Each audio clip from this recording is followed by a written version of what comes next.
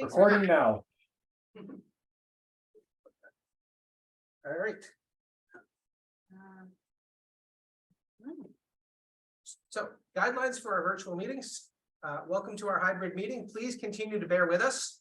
Clearly, this meeting is being recorded and will be posted on our YouTube channel. By staying with us, you are giving us your consent to be recorded. All right. This is going to be participatory. So to speak in person, people who are in person, please raise your hands. People who are joining us by Zoom, either raise your hand, raise your actual hand, use the raise hand feature in Zoom, Into the chat. and we will take notice and call in. Our timekeeper, I am Joseph Boyle. Our timekeeper tonight is Marissa DuPont. Please be mindful of time limits. The stacker is D. Halzak. And we want to remind everybody about our step up, step back procedure. We want to hear from everybody. So if you haven't had a lot to say, we want to hear what you have to think. Step up and participate. If you have been participating a lot, step back and make sure other people have the opportunity. We want to assume positive intentions of everybody participating, and always good advice, please speak slowly. All right, so our idealistic time limit agenda has this meeting beginning at 5:30 when we do brief attendee introductions and a land acknowledgement. At 5:40, we introduce Solidarity Lowell, we present updates and new news and committee updates. At 50, we ask allied organizations in attendance to offer their updates. At 6 o'clock, we have a special update regarding our ongoing efforts regarding issues of the unhoused here in Lowell. Our speaker tonight, we get to hear from Jon Grossman of 350 Mass to talk about some exciting climate initiatives. We're going to try to wrap up by 6:55. All right, so introductions. All right, we're going to begin in person and then we'll jump to Zoom. So let's start on this side. Amy? My name is Amy Barnowski. I live in South Lowell, kind of on the edge of downtown. She, her, hers are my pronouns, and specifically what I'm looking forward to most this summer is finding a job. Steve Elsa, Peter, I live in the acre. Probably looking forward to the focus.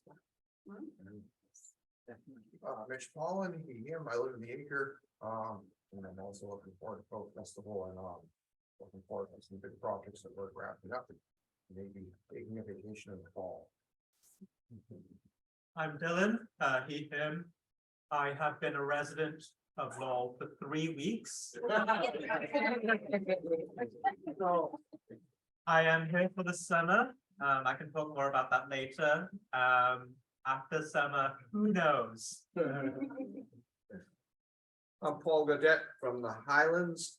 My pronouns are he, him. That's it. I guess I'm looking forward to this summer, some warm afternoons to read a book on the porch with iced tea. I'm Marissa DuPont. My pronouns are she, her, hers. I live in South Lowell, and I am looking forward to the Solidarity Lowell summer barbecue. I'm Tyler. I live in back central neighborhood of Lowell. My pronouns are the he series, and I'm looking forward to climbing a mountain next weekend. Yeah, I'm Chris Offerman, live downtown, pronouns are she, her, hers. Looking forward to the tomatoes that I'm growing in containers in our parking lot. And today, where everybody was complaining about too much humidity, was for tomatoes.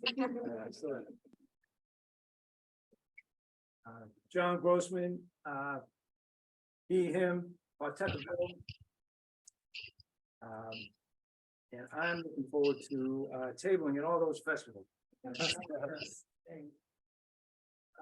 All right. As I said, I'm Joseph Boyle. I live in the Highlands. I am looking forward to a week at the Cape. I'm also looking forward to making our way through our Zoom attendees. So Ryan?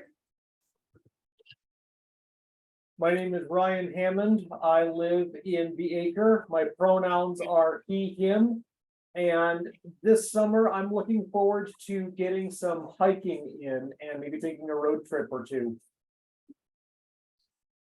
Next, Sarah. Hello, Sarah Lab, she, her. I live downtown and this summer I'm looking forward to some great climate action. Nice. Next is Stephen. Hi, Steve Malagodi. I live in downtown Lowell, pronouns he, him, it. And I'm looking forward to that new world that you can say is possible.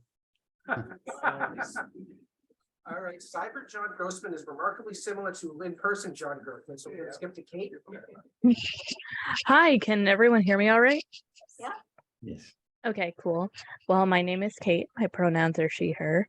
Right now I'm living in Tewksbury, but I lived in Lowell when I went to school and a little bit after that. I'm just saving up by moving back with my parents. And I am looking forward to my birthday next month, in the summer. Okay, next on my screen is Dennis. Hi, I am a resident of the Highlands. I've been in the Highlands for 38 years and I'm a 5th generation Lowellian. My son and my grandson make it 7 generations, and I'm looking forward to using my new rowing shell on the river this summer, and I love rowing on that beautiful river. Nice. All right, next I have Mercy. Hi, everybody. My name is Mercy Anampiu. I use the She series. I live in Lower Belvedere. I'm looking forward to going to Kenya to celebrate a wedding and my mother's 80th birthday. Nice. All right.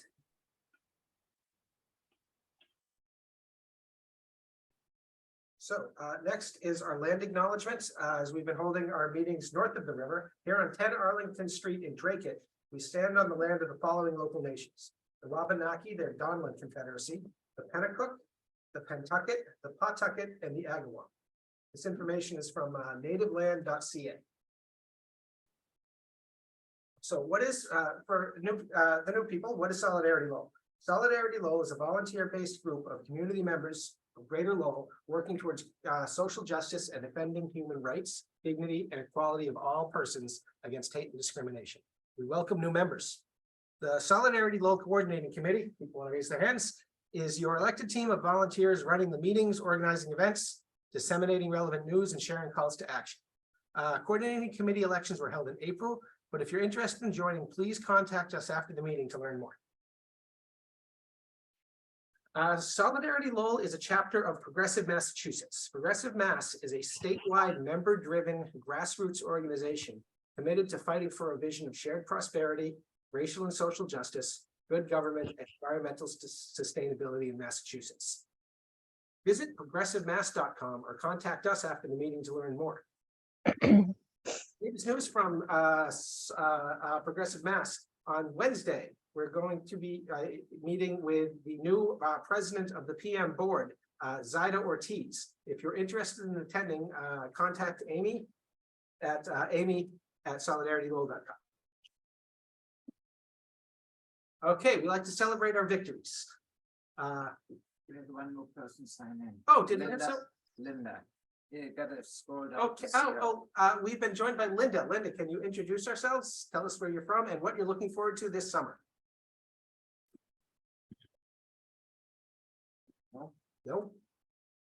Yes, I'm on my phone, so it's a little difficult for me to figure out how to navigate.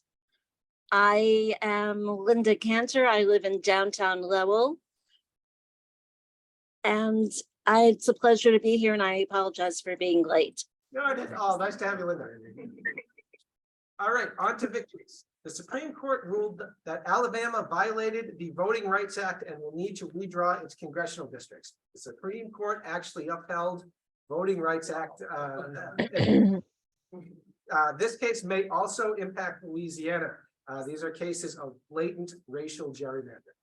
Estonia became the first Baltic country to legalize same-gender marriage. The deal for hedge fund Standard General to merge with Tegna Inc.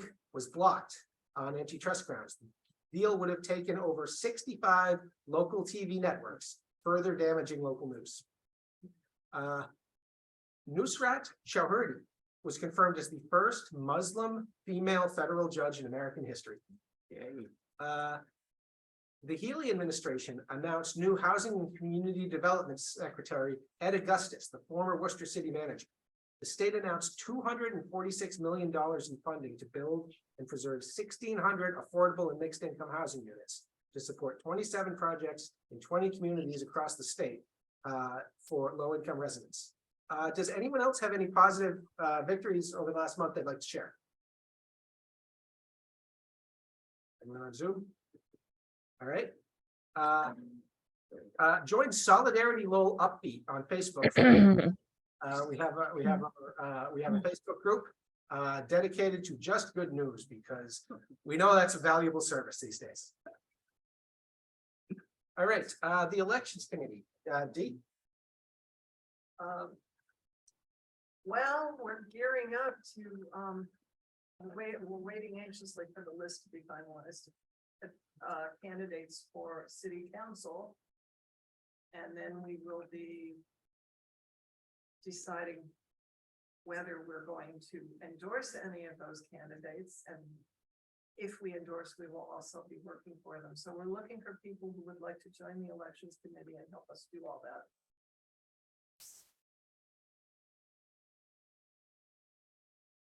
You can contact me or Lisa if you're interested. Do you want to go through each of these points? So sure. All right. All right. So as always, local campaigns, which are happening now, which are beginning now, are always looking for campaign managers and treasurers and any kind of staff, any kind of volunteers, but especially people who have some experience with OCPF are very valuable to local progressive candidates. If you're interested, or if you know somebody who is, or somebody who could help, please get in touch. The Latin and Hispanic community remains underrepresented in Lowell. If you know anybody interested in running, anybody interested in organizing, once again, I would love to get them in touch with local candidates. We are currently engaged, the elections committee is currently engaged in setting up meetings with Lowell state reps. We encourage everybody to attend these. These are about state legislative agenda items. As well as that. Yeah, and it's heavily focused on housing, that the state legislative agenda, as well as our own activism that we need to talk to our state reps about, has been heavily focused on housing and homeless issues. That's a part of this too. All right, please, everybody note that signatures on nomination papers for the 2023 municipal elections are due on July 18th. And candidates who qualify for the ballot will be announced on July 19th. So for more information, contact Lisa Arnold or Dee Halzak at their solidarity.lowell accounts. I skipped one. All right, Marissa. I think you have to go back on. Yeah, that's all right. Yeah, there we go. I skipped it. Okay. So I'm Marissa. I'm the volunteer coordinator for Solidarity Lowell for the Merrimack Valley Interfaith Sanctuary Network. We have been supporting an asylum seeker, Marius, in a number of different ways. He came from Togo back in 2018, I think. Yeah, 2018. It's on the slide. Should know this. Yeah, we've helped him out. He and his Lillian, who is a asylum seeker from the Dominican Republic. They had a baby last year and they need all the help that they can get. So if you want to donate gift cards, you can give them to me. Just email me at marissa@solidaritylowell.com to talk about drop off, or you can make cash donations through the GoFundMe. That particular GoFundMe goes directly to Marius, but we may be setting up another one that will go specifically to Lillian and their baby. So keep an eye out for that. I think the next one's me too. Yeah. Okay. So unpacking whiteness, individuals committed to exploring their own racial biases are invited to participate in the Unpacking Whiteness dialogue group. Engage in supportive, structured dialogues to explore whiteness in contemporary society especially to better understand the legacy and impact of white supremacy, white privilege, explicit and implicit bias, systemic racism, and microaggressions. The group is 5 sessions and it's capped at 10 people. And after attending the dialogue group, you're invited to the ongoing group, which meets once a month and alternates between discussing a book or watching a film. And you can sign up at that bit.ly address, UW hyphen sign up, or you can just contact me, Marissa, at Solidarity Lowell. Okay, and then the unhoused protocol. Do you want me to start or do you want to do this? We'll give you a break and hand it back to you. Okay. All right, so we have updates about the unhoused protocol we submitted to the city council about the unhoused and other related issues. All right, first, the meeting with Ratty Mom. Who is that? That was Okay. Paul And Goodette and Chris Offerman and I, Dee Palzak, met with Rowdy Mom. As usual, he was not very committal, but he was interested in the housing efforts. His legislative director was there as well. Yeah, Simone she was very interested. She also called. No promises, but at least an interest. We made a connection. And maybe they will. She also called us activists a dying breed. Little does she. Little did she know. Is he married to the mayor? Yes. Yes.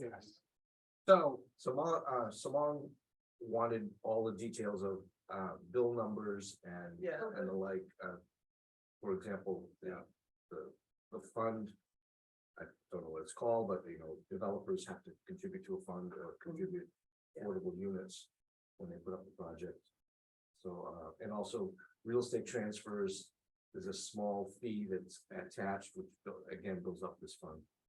So those were 2 practical steps that are right before the legislature right now. They were interested in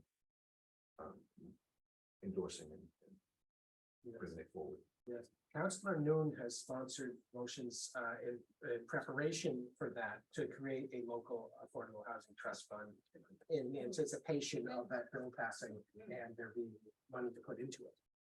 Yes, because it'll probably allow municipalities to have their own local ordinance. Right. Do the same thing. Exactly. More recently than that, on Friday, June 23rd, the city announced that it was going to conduct another sweep of another homeless encampment. This one at the Centerville Dog Park, the one on the riverbank on the south side of the highway. And it was going to be carried out today, the 25th. Solidarity Lowell joined to stand out with Llama against this breaking of the agreement. By Friday night, we were standing outside of City Hall. This morning, we joined Llama standing in front of the dog park. No sweep occurred today as a result of we actually no sweep occurred today. Could still happen tomorrow. It could still happen Tuesday. If you're interested in helping monitor the situation, Marissa has volunteered to be the contact. Yeah. Grossman, Yes. when you say violated the agreement, what are you referring to? There was no formal agreement. However, there were understandings we had based on our meeting with City Manager Tom Golden about issues like the length of notice and topics like that. And providing storage and transportation. Providing storage and transportation, providing real shelter options and not some technically, we've technically complied with by providing everyone the opportunity for a voucher someone can use. Basically everything in the petition. Yeah.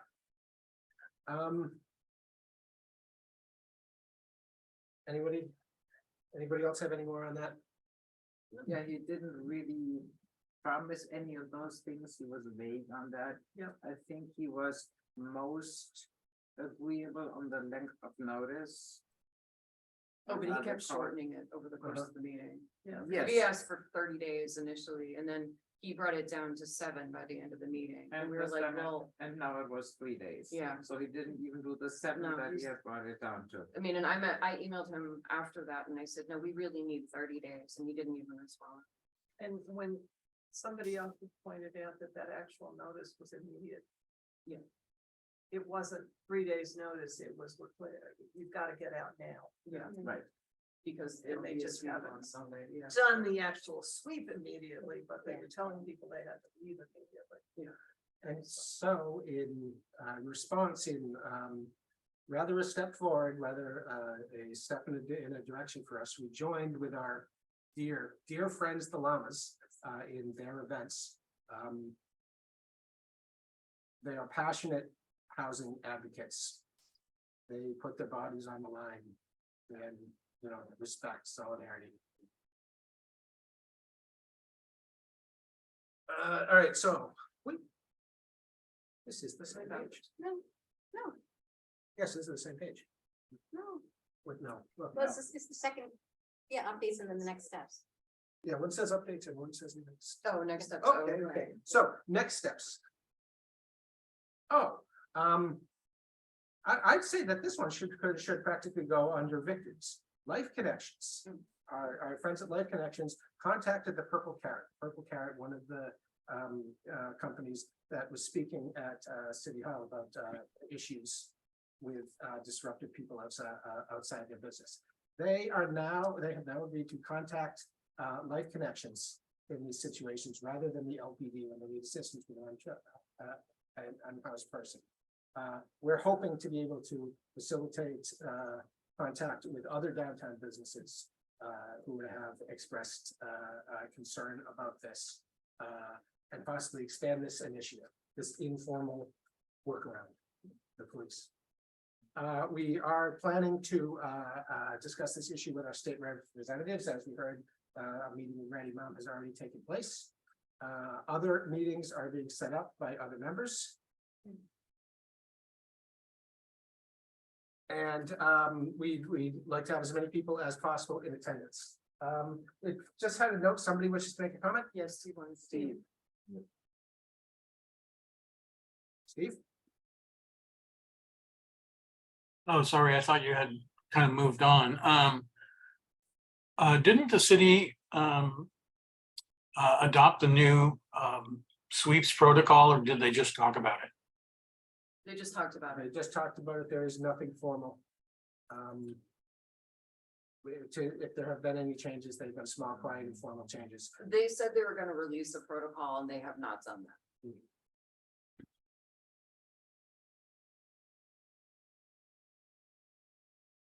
All right. Allied groups and announcements. Who do we have? Mercy. Mercy? Yes, Yeah. yes, Do you have an item for our allied groups and announcements? yes, I can. Can you hear me okay? Yes. You can hear you fine. Okay, perfect. So I started driving. My name is Marcy, as I introduced myself. I have lived in Lowell for over 20 years this year. Person asked me, Okay, Mercy, I'm afraid that, Mercy? Mercy, Yes. okay, we can hear you. We heard your question, but now you're kind of coming through choppy. okay, so let me give me like 2 minutes. Let me get off the highway, and then I'll is that okay? Okay, we'll come back. Yeah, thank you. So come back to I'm Mercy. not the person driving, so it's okay. Yeah, let me get off the Sure. highway. All right, so was there anyone else in line? Dennis has his hand up. Dennis? I just wanted to ask the sweep, was that related to the piece that was related in the paper about the semi-automatic rifle being discovered and the gentleman that was maybe dealing fentanyl from that camp? There was a piece in the paper. There was, to my knowledge, no semi-automatic rifle. There were, the photograph they showed were 2 non-functional handguns. And yes, the arrest of an individual on drug and gun charges was the justification they cited for the collective punishment of the camp as a whole. It declared the camp uninhabitable on the basis of that. And this was a very clean camp. It's not uninhabited. Yes, I was surprised, actually. Well, if that was the case, why did the camp tolerate a gentleman having that kind of activity? The camp, did the other people in the camp know? Did the other people in the camp have any sort of power to do anything about it? These are people who are in a situation. We do not know the extent to which anybody else there tolerated it. We do not know how the police got their information about this individual and where that came from. They seem to know a great deal about the camp upon arrival. So I think it's important not to jump to conclusions we don't about questions we don't know. No, although I think it would be helpful if there were people in the camp that can explain their interaction with the individual, or even help flesh out the details so that the individual that had the non-functioning handgun and was conducting some kind of fentanyl drug dealing scenario with an electric bike was not part of the camp, or was an outlier, or was trying to be monitored, just some kind of information to help people recognize that the others in the camp are not, their activity isn't the same. Well, I like to compare that to any given apartment building. Yep. There's one person living in an apartment building that is doing illegal activities. We tend to deal with that one person. We don't tear down the whole apartment building and evict everybody, just on the suspicion that neighbors might or might not have known. But that's in fact what the city is doing. There's one individual in the community of 24 it was, that was involved allegedly in illegal activities. So they're tearing down the whole building and evicting all the neighbors. And that's what we're objecting to. Not to that if they have proof that this one person did what was said they did, then the police clearly need to deal with that. But sometimes you can't do anything. I mean, I lived in a building, I knew there was somebody in the building who was dealing. I was trying to stay as far away as I could from that person to not be involved in anything they were doing, because that person was also tended to be violent. So I kind of walked the other direction, and they were reported a number of times for minor infractions to the police. They went into jail, they came back out, they came back into their apartment, they continued their deal. By now they're luckily out. But it's difficult if you have somebody like that live in your community, because what do? You don't want to put your own life in danger. So it's difficult for an upper middle class housed white woman to put herself in that situation with the resources that she has to draw on. Right. Right. Now imagine having so much less and going back and forth, deciding what to do. Nevertheless, the fact that the police were able to get this information, secure a warrant, they secured a warrant. And I understood they got so far that they had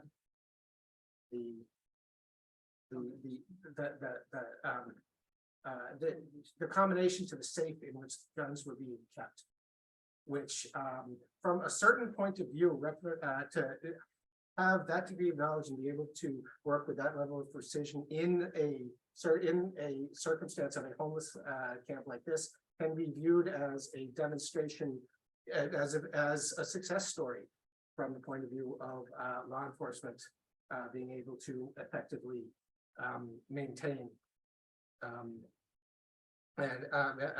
maintain ordinary policing operations despite these challenges in homeless camps. Right. Anyone else?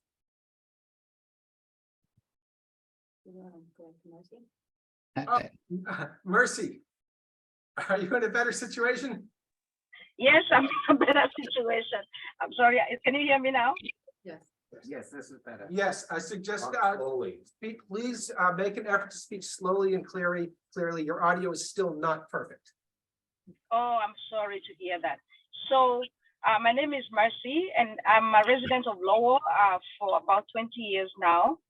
I am also working at Lowell Community Health Center full-time, and I have a part-time position with the UTIL, which is the consultant that's working with the city of Lowell to create the new master plan, the comprehensive master plan called Lowell Forward. I'm sure I think I've seen some of you in the meetings at the senior center, and I want to appreciate your support in completing the surveys that have been sent out.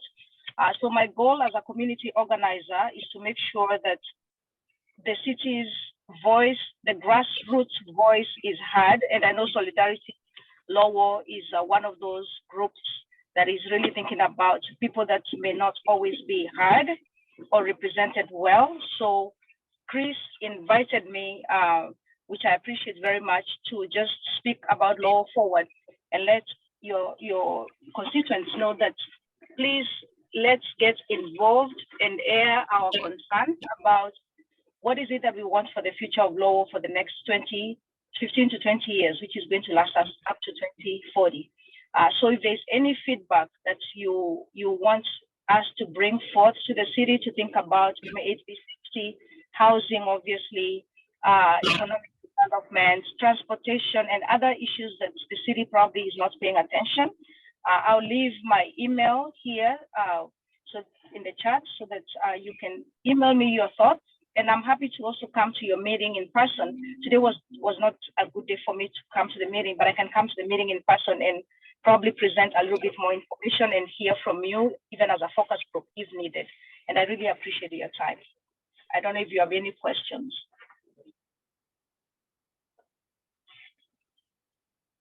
Anyone? Any questions for Mercy? Could you say more about the Lowell Forward plan? Is this with ARPA money spent, that part of it? No, it's okay. Go ahead. It's not part of ARPA money. Might be used to address some of the comprehensive master plan recommendations. But as far as I know, ARPA money was lasting up to 2026. So if the city wants, obviously, they can use some of the ARPA money to institute and make some of those recommendations. But it's not. I don't think that it's a requirement. It's a city's decision. It's the master planning process. The city's. Correct. Correct. Never heard of this before. That we Yeah, have a if you master plan. also, They already have one. This is the next round. yeah, first, if you can also leave the link to the survey in the notes, so we can put that to our newsletter and publish it more that way, so more people get to see it. That will probably be helpful. Okay, I'll do that. Ah, there it is. Okay, great. Anyone else? Dennis, is your hand up again or is your hand up still? It's up again, actually. I just wanted, I think that the Lowell Forward is more of a visionary kind of piece. And I was hoping that the Lowell Forward would be evolving into zoning changes for the city. But I don't see that as the result of what we're doing right now. I think it's more of a imagining what Lowell can be and should be as a vision for Lowell, which is great. I'm glad we're doing this. It just seems like a slower kind of progression than I was hoping for. I was hoping that we were going to get to getting zoning and changes arrived at sooner, so that we could implement denser housing and help address the housing issue more concretely. So maybe I can comment on that. So it's you're kind of saying the facts as they are. However, the Department of Planning and Development is actually going to be responsible to make sure that as a department of the city of Lowell. So I know zoning is part of one of the areas that DPD, the Department of Planning and Development, is really going to focus on, including the ADUs and the like. So it's not all lost, but the comprehensive master plan, like you're mentioning, is a strategic plan, similar to when you have an organization and somebody comes, which is in this case is Tutil, coming as a consultant to hear the community. And then whatever the community tells you in the strategic plan as a consultant, you bring it to the agency, in this case, the city of Lowell, and then the city of Lowell implements the recommendations. So we can still push the city to make sure that zoning is also one of the things they look into, because it's for the next 15 to 20 years. So if we don't do something about zoning, then there's a problem. So maybe Solidarity Lowell can say that this is what you want to make sure that is implemented as part of the comprehensive master plan, because you are thinking the bigger picture as opposed to an individual who is saying, I want my pavement and my pothole fixed. Those are good things to fix, but what about the things that will take us further, including zoning is one of those things that if we as Solidarity Lowell, and I say we, I'm speaking as if I'm a member, although I'm not a member yet, but if Solidarity of Lowell decided that we want to focus on advocating for zoning to be an issue that is of concern to us, I think it can be done. So it's not all lost.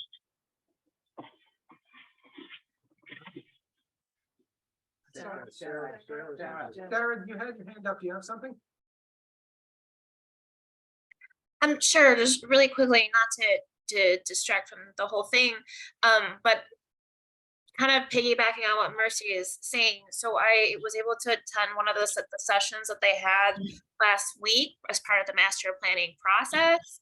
And one of the things that was discussed, tangential to that, is the state law that was passed that requires communities that have an MBTA station to have appropriate zoning is currently being worked on. They were able to share some of that at the meeting and share where the walk sheds that they're projecting at the MBTA station. And that zoning is supposed to be finalized at the city council in August, is what they said. So as much as it's something that the master plan is going to take a long time because it's going to project out for a long time, there are activities that are going on right now that pertain to the concerns that we have regarding zoning and affordable housing and all that. So I just wanted to bring it up that they're doing a lot of activities. And while a lot of it is projected for the future, there's things that are happening right now that like I didn't really know about until I was there, and then they just talked about it. So just so that we're all kind of aware of what's going on. Yeah, I've worked on a couple of master plans. I as a city planner professionally, and they take 2 to 3 years to write, and they have a 15 to 30 year outlook on them. They are a vehicle for the long term, for thinking about the long term direction of the city. And the city absolutely needs to work on the housing issue. Yes, we need a lot of long term plans. We also need medium term actions and short term immediate actions as well. And yes, Dennis, you're quite right. The master planning process is not the forum for getting short-term immediate actions. Valuable as it is, certainly is. Well, the ADU component, well, so we have counselors that are not in agreement with the direction I think that Lowell Ford is going in, namely Getcher and Robinson, as far as the two that I know of the most familiar with. And we are definitely struggling with housing from the zoning side. We have an application in front of us tomorrow night that's trying to jam a house in the city here in a neighborhood, which could make sense if the zoning allowed it, but it doesn't allow it. So we have some, and my point is that zoning is not addressed fast enough. We're 20 years with this zoning bylaw and map. It needs to be addressed sooner, and it just is taking way too long. It should be addressed this year, in my opinion, and I don't see it even close to that. I think it's probably 2 or 3 years out before we have new zoning bylaws and new zoning maps to address housing density. It's just not happening fast enough. Yeah, good point. John? I'm wondering if, Dennis, perhaps at one future meeting, you could come and talk to us about the ins and outs of that. I would really like to hear about that. And maybe we could try to figure out a plan to make that happen. It's a complex subject. You can't do it in 2 minutes, but I'd like to learn about it, man. Absolutely. Okay. All right, all right, so winding up, Mercy, did you have any last words? Just to say thank you, and if you wanted us to have UTIL and the Department of Planning and Development to join one of the meetings so that we can, because I'm the organizer and I'm not the implementer, we are happy to come to your meeting if we can make that time, maybe at the next meeting. We can make that arrangement with UTIL, have my supervisors and also the Department of Planning and Development come, and then maybe we can strategize a little bit more. Interesting. Maybe one or maybe an event, a separate event. Yeah. All right, were there anyone else, any other allied group updates or announcements? Let me just say again, Merrimack Valley Project is still has openings for lead organizer and staff organizer. Limping along with acting officers to try to get work done. And one thing I'll bring them next week. We finally got the program book with the MICA honorees printed, so we can bring copies and share them around. Solidarity was one of our ad sponsors, and we were grateful for that. Thanks. Anyone else? All right, then, moving along. Our featured speaker, Jon. All right, so while Jon gets set up, he is here joining us from 350 Mass. 350 Mass is a statewide grassroots member-led campaign-focused network committed to a just transition for a climate-safe world.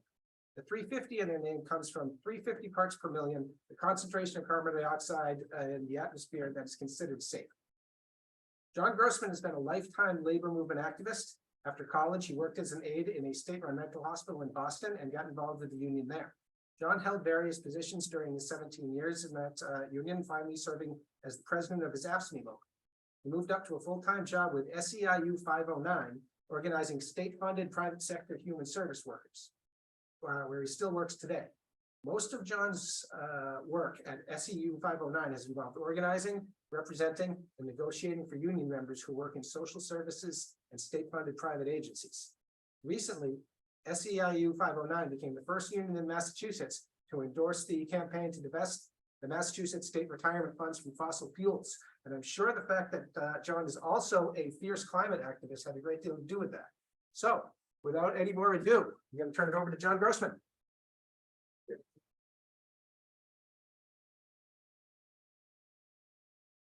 Thank you. Can everybody on Zoom hear me okay? Steve says yes. Yes. Yes.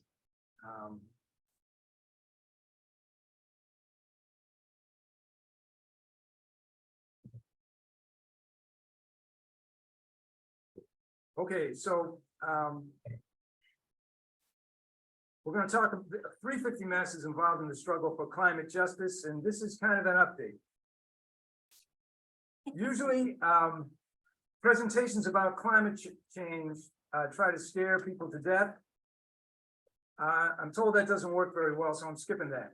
I think you all know how dangerous it is. So where we are now, here in Massachusetts.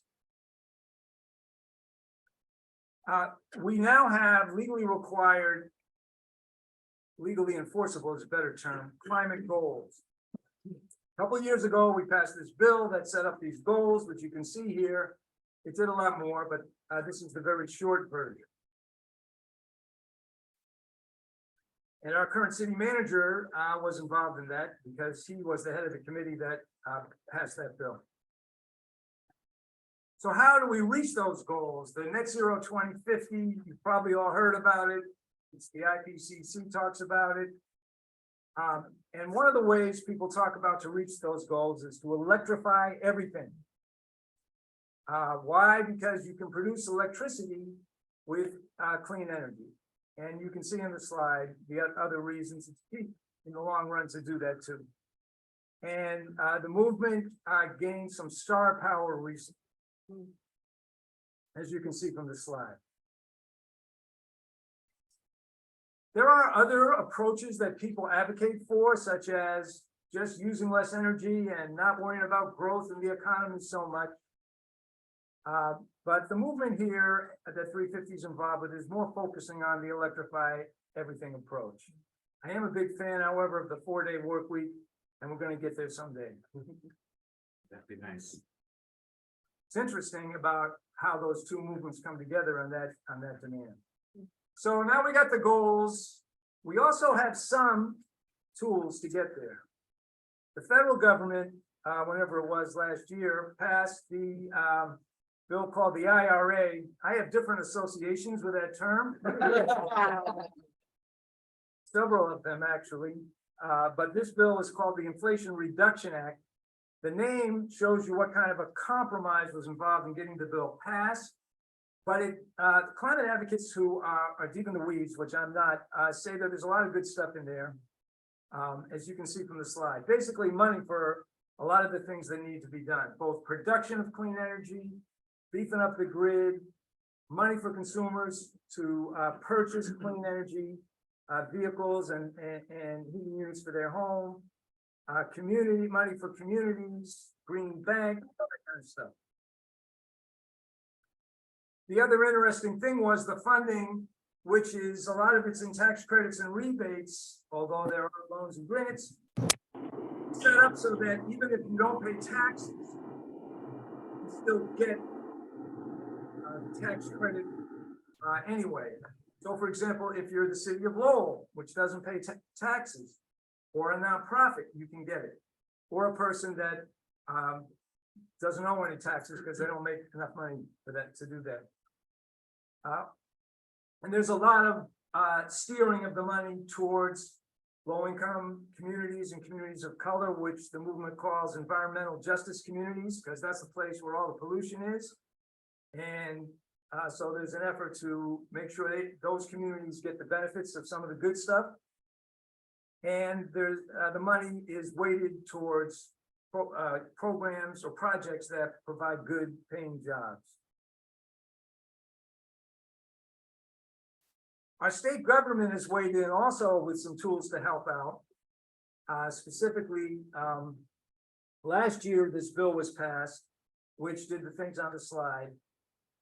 Got us some wind, got us rebates on EVs, can't sell gas cars or trucks after 2035, new ones after 2035 in this state, etc. As you can see. There was a big controversy about new construction.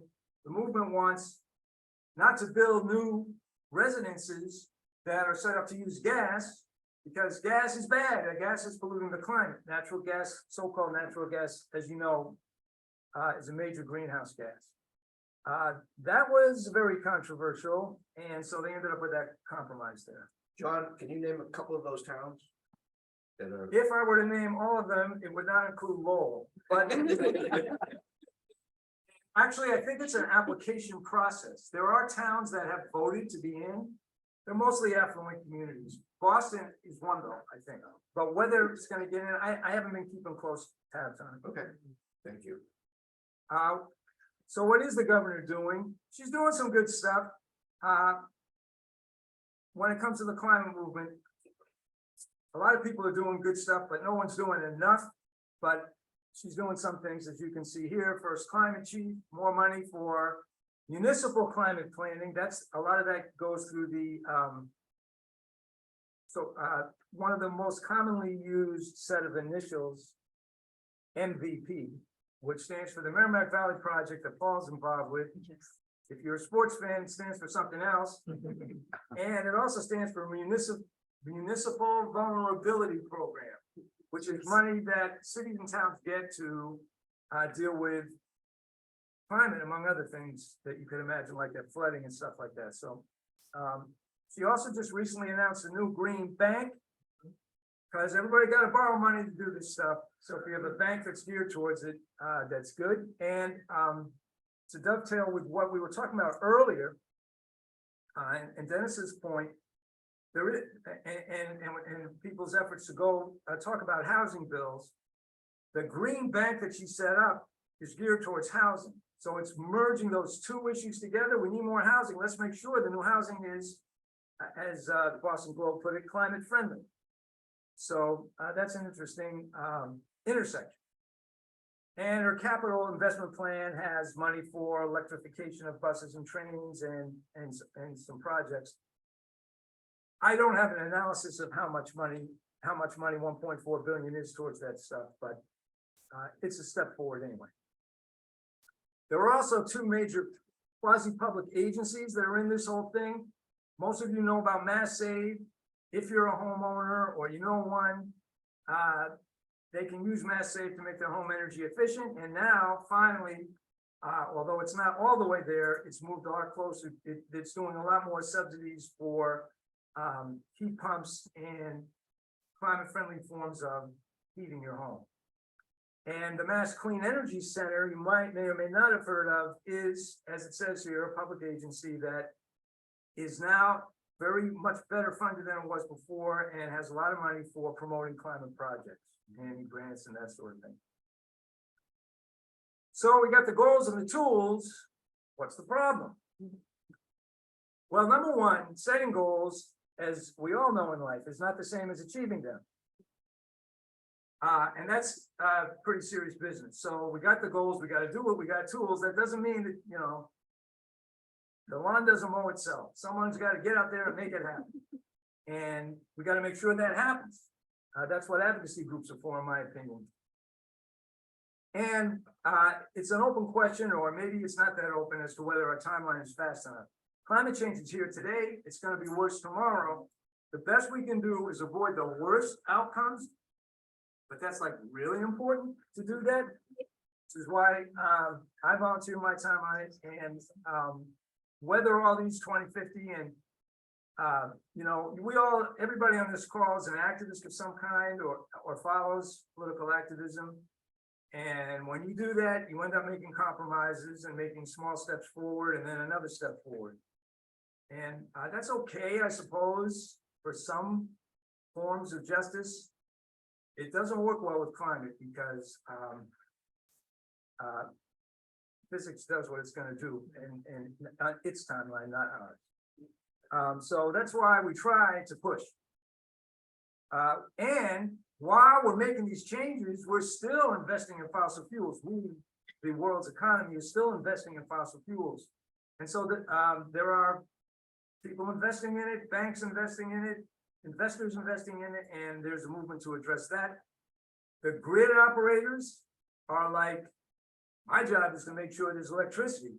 I don't know what happens when now we have all these hot days. We're gonna run out on the hottest day. I gotta make sure we got some electricity easily available. So let's build a plant and with gas and just turn it on when I need it. That's what they want because their job is easier if they have that. That's not gonna work for the future. And then gas companies, like all companies, feel like they need to stay in business. And they got to massively change their business if we're going to meet our climate goals. I'll talk about that more in a minute. He said, looking at the clock. Adaptation issues are also important. It's here. We got to deal with it. How many cooling centers do we have in Lowell? One. If you look, I didn't make a slide, but if you look at the weather map, I think it's NOAA, the National Oceanic whatever organization, has a projected weather map for the country. It's going to get hot. We're going to get more 90-degree days than we ever had, and we got to prepare for stuff like that. So that's another set of challenges we have. And the big, in my opinion, one of the top challenges is who is going to pay for all of this. And why is that such an important challenge? Well, for one thing, we all believe in fairness around here in this organization, and we don't want to stick working people and people that don't have money paying this bill. It wasn't really their idea. Okay? But another thing is, if we don't work out who's going to pay for it, we're all going to be fighting over with each other over that, and nothing's going to get done. So I think it's a really critical issue. Consumers, you know, you hear about, well, I should get a heat pump, I should drive an electric car and all this kind of stuff. I should buy food that's produced from climate safe practices. And it might cost more, at least today. Are we going to address that? Taxpayers, if the city's going to do something, if the state's going to do something, taxpayers pay for it. We know that's not a fair process. Ratepayers. It's all about energy. Right now, we pay a little surplus on our energy bill to create mass save. If we're gonna have to switch up on energy, that's a lot that your electric bill is gonna go up. How's that gonna be addressed? How's that gonna break out among income groups? And as we switch from gas to electricity, there are fewer and fewer people available to pay gas bills, and the gas bills maintain the existing gas infrastructure. So their rate's gonna get jacked up, and who are the ones, the last ones with gas, the ones who can't afford to switch over? What about workers? Well, if you work in an occupation that's based on fossil fuels, you're not too thrilled about all this. A lot of those groups are unionized jobs that have fought over a century to make the job half decent. And, you know, if you look at the people that are putting those solar panels on people's roofs right now, you know, you don't want to, I don't think you would switch your income for theirs. And so that's what we're asking workers to do essentially. And so that needs to be addressed. Also, some people's work will just, you know, you might be working in auto repair, and electric vehicles don't need as much auto, at least my understanding is they don't need as much auto repair. That some of you guys understand this stuff, fewer moving parts or whatever it is. So, you know, it's gonna affect those folks. And what are they gonna do? They're gonna fight it. Because when you take people's jobs and income away, they come up with really good reasons why they should fight you. I know, because I've done that, which is another story. The communities, same thing. Some communities depend on this stuff, and corporations. So all this is going to be the question of the next 10 years, I think, or maybe, you know, next few years. So what are we doing about it? We are doing something about it. In Massachusetts, where do our emissions come from? You see the priority. We don't do oil refining here. There's not a lot of oil and gas underground, so it comes from transportation and buildings primarily. And that's what our group's been working on. We got these bills. We already met with Raddy Mom and Rodney and Vana on them. I'm not going to go over details of the bills with you, but just real briefly, the top two bills are environmental justice bills. That's the justice part of this.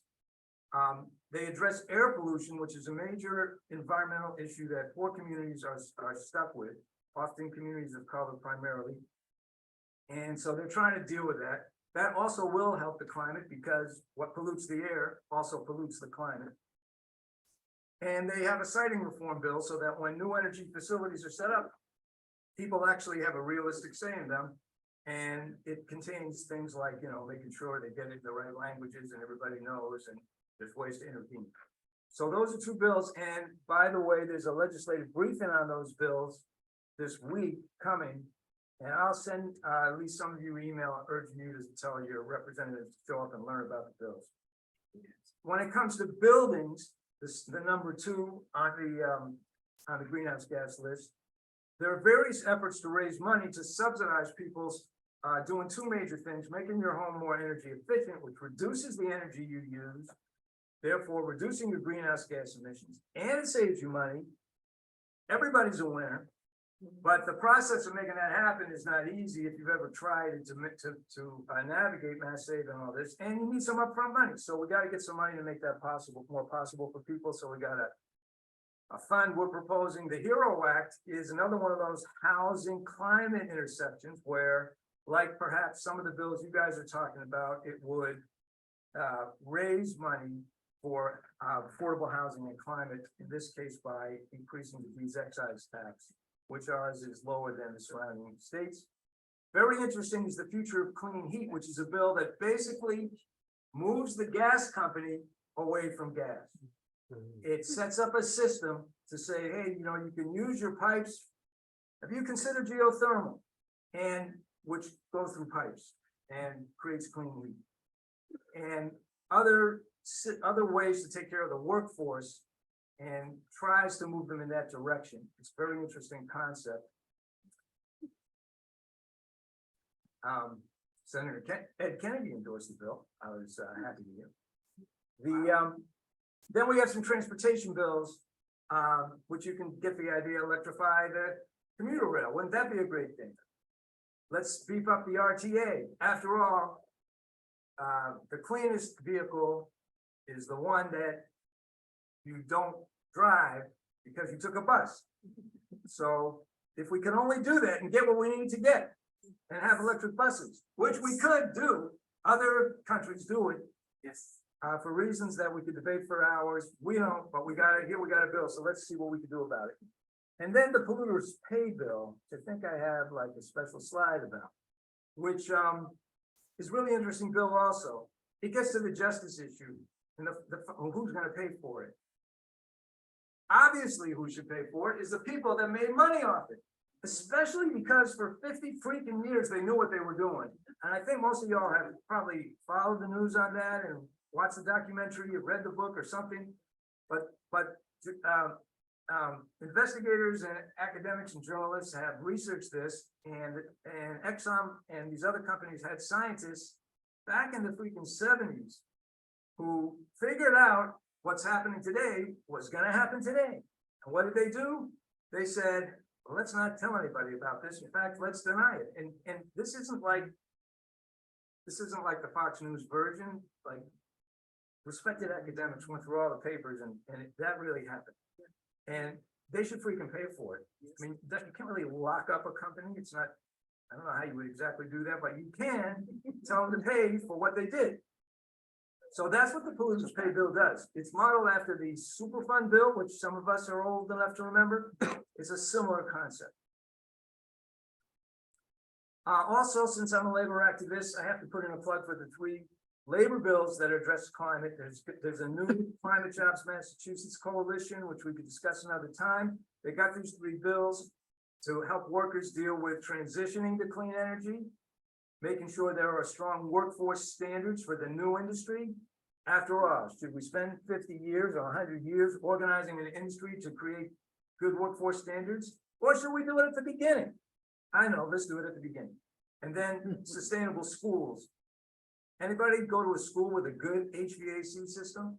I don't think there ever was.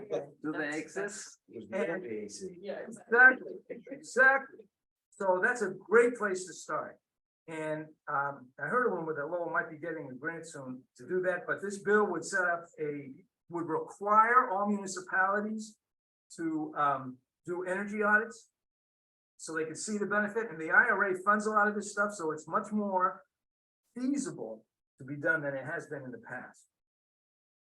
And I see that there's stuff in the chat. I can't really look at it while I'm doing this. So if somebody wants to make a comment, like, you can interrupt them if you want. Or you could try. The other thing we're working on is let's not do more fossil fuel now, because it's like every bit of fossil fuel we put in the air now stays there. Even if we have green energy next week, if we're putting dirty energy in the air now, it's there. It's making it worse. We got to stop doing that. So there are local campaigns in Massachusetts against Chase Bank, which is a major investor in fossil fuels. The picture on your right, as you look at the screen, they had a corporate charity event in Boston last week, and they were doing, you know how they have these corporate races, everybody raises money and runs around. So that they give the impression they're doing something to raise the money. And people did stuff like put those signs up. And there's the peaker plant thing I was talking about earlier. They're trying to build one in Peabody. And there's other stuff like that going on in Massachusetts that we participate in. How about here in Lowell? Well, one thing we're working on is making sustainability a focus for the city. Mercy spoke about the master plan, and Sarah, who's on the call now, has been leading our effort to make sure that sustainability is brought up as a potential focus through that. most of you know Jay Mason, who's chair of the Sustainability Council. The Sustainability Council has been very focused on trying to get the city to have a sustainability department, and we've been working with them on that. We got Council Noon to make a motion to request the city manager do something about that. What he did was he created a division within the Department of Public Works. And we have, it's not what we wanted. We wanted a whole department because sustainability covers everything the city does. It's housing, it's transportation, it's buildings, it's dealing with all the, we are a city of migrants and immigrants. There's gonna be a lot more people that have to do that when they can't live where they've been living because they can't farm there anymore, or because it's too freaking hot. And where are they gonna come? Well, a bunch of them will come here. We gotta prepare for that. So we can all, do that right. And there's lots of other things that relate to sustainability. So we weren't happy that it was still a division. We thought it should be a separate department, but it's more than it was before. They created a new sustainability director position, so there'll be one more person, and the ordinance they passed sounds good. The other thing we've been working on, in addition to trying to get those bills passed that I talked about, we've been working on promoting energy efficiency and electrification here in Lowell. Because you may have a home and you may or may not have heat pumps or clean energy in your home. And in many circumstances, you can save money, especially if you do the energy efficiency thing first. And so we've been working, and over the years, we helped in the effort for the city to get a grant to hire somebody whose only job is to help people reduce their energy bills and make their homes more energy efficient. That's his whole job. If you know someone that wants to do that and can't figure it out, and lives in Lowell, tell him to call Victor at City Hall, and he will help them. He's pretty good, I think. And we're trying to reach out. We've been working with, and Paul's been involved with through the Merrimack Valley into this effort. We've been working with CMAA, who now has a part-time staff that does this in the Cambodian community locally. And Coalition for Better Acre has recently started coming to our meetings. We set up a sort of working group that's working on this. We're trying to get a grant so we can make a video. So those are two of the things we're working on now here, along with those statewide efforts that I mentioned. So if you want to help out, there's two ways you can. One is make sure that you're on our email list. So when it's time to make a phone call or show up somewhere, just like you had the emergency rally, we can let you know, and you can do it if you're able and motivated. And then, if you don't want to come to the meetings and all that, that's a way to participate. Or if you're motivated, come to the meetings and talk about it with us and help us figure this stuff out. Thank you.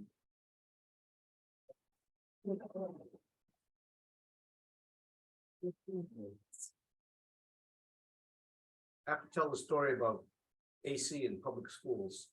I taught in 18 years in a brand new school in Billerica, and we fought, please put in AC and make it a year-round facility for all kinds of summer programming. They couldn't get that. We said, well, at least put in the right air ducts and pipes so that down the road. Canceled also. It's so short-sighted. And that was 18 years ago. Yeah, they're fighting to get it because it's getting too hot. I'm not entirely sure about the stack. I saw Mitchell first. Yeah, I was gonna mention, because I work in HVAC project management. And they're basically now, since as long as I've been in the field, which has been since 2015. And I've looked at some school projects, the process. I haven't done them, but I've bid on them. They're basically standard AC design practices for renovations and new construction nowadays, because, 50, 70 years ago, the high school I went to was built in 1950. All it had was an oil-fired boiler and radiators in the classrooms. That was the HVAC for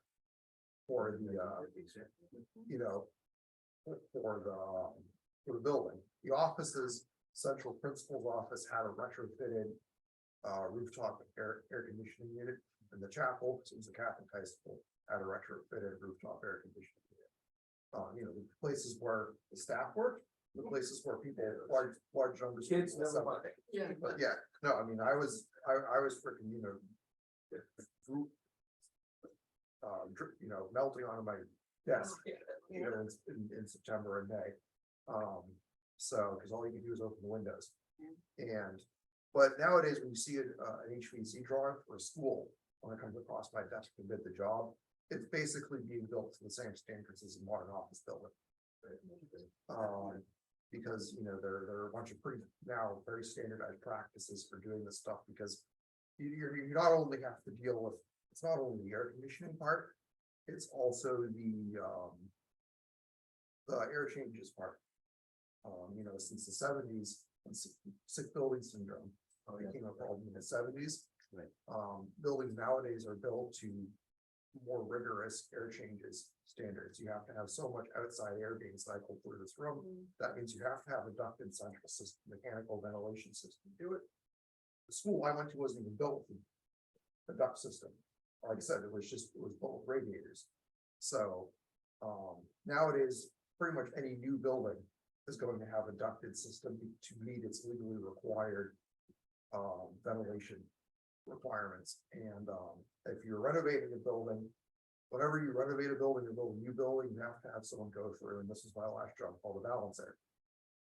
And the balancer has to certify that the space is getting its legally required outside air. So like before a building can be occupied, the balancer has to write a report, the engineer and the building inspector have to sign off on it. So like I said, that was my last job. I mostly worked in like hospitals and office buildings. But because that's now the industry practice in schools. It's going to be a thing going forwards, but there's a lot of schools from the middle and early 20th century out there that, again, they're still there, but they were built with boiler and radiators. And Are you seeing heat pumps in the plans that are coming across your desk now? Or are they still using gas most of the time? right, I would say heat pumps for large are used in small applications. In a lot of places I see them placed in locations that have a significantly different HVAC requirement than the surrounding space, basically as like the act to fulfill whatever the additional needs are. So for example, if you have like an electrical closet is going to have a dramatically different HVAC need than the office next to it. So it will have a heat pump basically to provide that extra cooling capacity. Or there are other kind of similar. I recently bid on a hospital, and like there are heat pumps in the medication storage rooms. There are heat pumps in the electrical rooms and the data rooms, because those are all spaces that have significantly different requirements than surrounding. Rigorous standards. Very rigorous standards. Get to the point where the big buildings don't use gas anymore. That's the trick. That's going to be a real challenge, because unfortunately the best way to heat and cool air, I know I'm kind of going on here a little bit about this stuff, but I guess, this is what I do for a living, is a gas fired boiler. That's still the best way to Depends on your definition of what you count when you're counting best. It might be the most efficient way. I'm sure you're right, because you know your Yeah. business. But you see the other cost that is. Oh, I absolutely understand. So we have to figure out the other ways, because I know there are some new schools that are built without gas, so it may just cost more. Honestly, a school is a good candidate for doing that, because you have a bunch of rooms that are all pretty big standard sizes. You get a heat pump unit for each room. It's tied into a condensing unit, somewhere else in the building. A lot of older schools that had air conditioning did it with what were referred to as unit ventilators, which were basically a blower under the window. If you look at a lot of old school buildings, you'll see this low grating under the window. What that unit ventilator did was it had heating and cooling coils in it, but those would be tied into hot water from a central boiler and cold water for air conditioning from a central chilled water plant. That was one way you could do that, which basically was rather than having a central ducted system. So you can see those little gratings under a window on an old school building. That's probably a unit ventilator. But a lot of those have since been replaced with more modern systems because they aren't very efficient. But that was one way of doing it. But something like that, but with heat pumps, schools are actually a good candidate for it. I haven't seen a ton of schools, but unfortunately, a lot of new builds and renovations for big buildings nowadays, you're still seeing this around your gas-fired boilers. Mitch, I have a question for John about schools. John, in your list of legislative items, isn't there a bill from Ed Kennedy to change the MSBA's operations so they'll allow non-gas boiling systems in the school buildings they fund? Yeah, I didn't talk about that, but that's a big issue. The state agency that funds cities and towns to build buildings or to renovate build schools or renovate schools will not allow a school, if the gas boiler needs to be replaced, to do anything other than replace it. If you want to put clean energy in instead, they will not fund that. That's why this year Lowell replaced, I think it was 4 or 5 different schools' boilers with new gas boilers, which have a 25-year lifespan or something like that. Yeah. And there was a big fuss about that. We made a fuss about it. Steve made some pretty frenchy comments at city council, as did Mary Wimbury, and there was a fuss about it, and that's helped, I think, to get the city to start acting more on sustainability, generally speaking. I'll check out about Ed's bill, and there's a debate going on about whether we need to build to fix that or whether the Mass School Building Authority could fix it themselves. It's overseen by the treasurer. See, Dennis has a hand up. All right, so next is Dennis and then Linda. Dennis, Dennis, you're muted. I just want to say that we've been in commercial architecture, been using VRF systems throughout all industries, housing and life science. And I don't understand why VRF systems aren't the go-to these days. VRF, a variable refrigerant flow, which are electric systems, which basically a heat pump system, but it's a bigger system for commercial use. And, you know, when it's tied to solar or renewables of some type, whether it's hydro or wind or solar or all three, it's a win-win. And VRFs are the go-to for so many uses. It just seems so foolish that we're still talking about gas. And I just want to talk about where I'm at. I've been in a 130-year-old house. We did heat pumps in 19. We did a 40 solar panel array. We have 2 6-year-old electric vehicles. We're net zero. We've been net zero. It's so easy to do.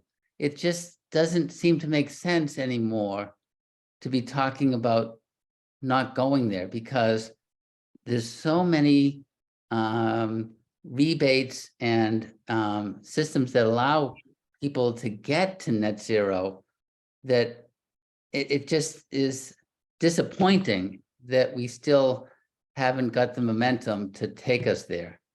It's so difficult to see this slow boat still not turning, because it's here and it's easy to do. We're doing it on a 4-family commercial residential heat pumps. We're doing it. It's just I know commercial people downtown that are doing it on 6, 8, 12 family, multifamily, all electric. It just is not, I guess, I don't know if it's not talked about enough as to how easy it is and how successful it is, but it's here and people should be doing it everywhere, because everyone's going to save money this way and we're going to save the planet, period. Linda.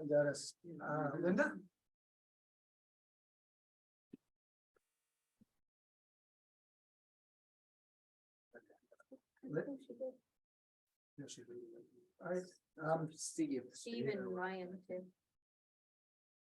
All right, That's quickly. I just wanted to mention, yeah, I mean, I see a fair amount of VRF systems come across my desk at work. We don't do them ourselves. We don't have people who work with refrigerant in our company. We make our company is mainly focused on steel piping. But yeah, I see those, like I said, for situations where you have different HVAC load in the surrounding space, and for residential buildings. We don't do residential construction at my company, but residential applications, VRF systems are very common. All right, we're at 7 o'clock, so we're gonna take one more comment on this from Steve Malagotti.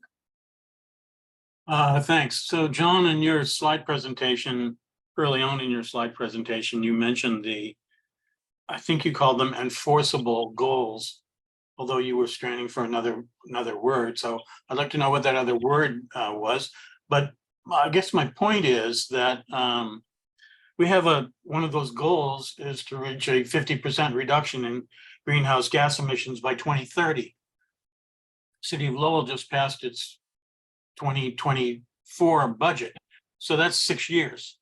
From what I can see, there's no way in hell that we're going to meet the 2030 goals, especially since municipalities like Lowell don't seem to be, I mean, I don't know where the enforceability comes.